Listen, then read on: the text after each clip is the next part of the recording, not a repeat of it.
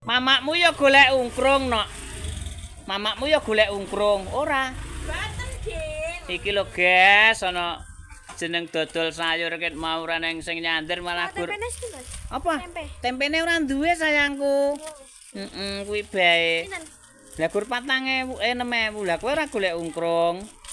Walah. Mbah nika lho Mbah pun kula betake janganan, lawuhan, kerupuk komplit kok malah do golek ungkrung ngene iki lho. Enak ungkrunge, Mas. Apa ya ana tenan ungkrung iki coba kaya ngapa ungkrung iki kaya ngapa. Lah urung agek teka yo, Mas. Ungkrung. Lha kowe iki udu ungkrung kowe iki. Ular. Oh iki Urung dadi ular.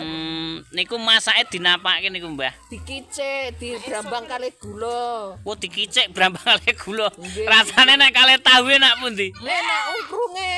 Mulayakno jan KO bakule sayur nek carane iki. Enak ungkrunge. Jan iki. Apa akeh ta yu? Oh, alah Mas, kena nggo giring kiwon. Iki yo ngono.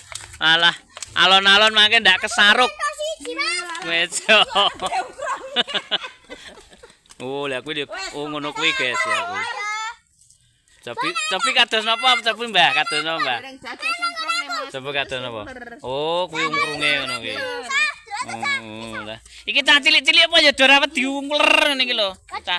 Cah cilik-cilik kok kendel uler.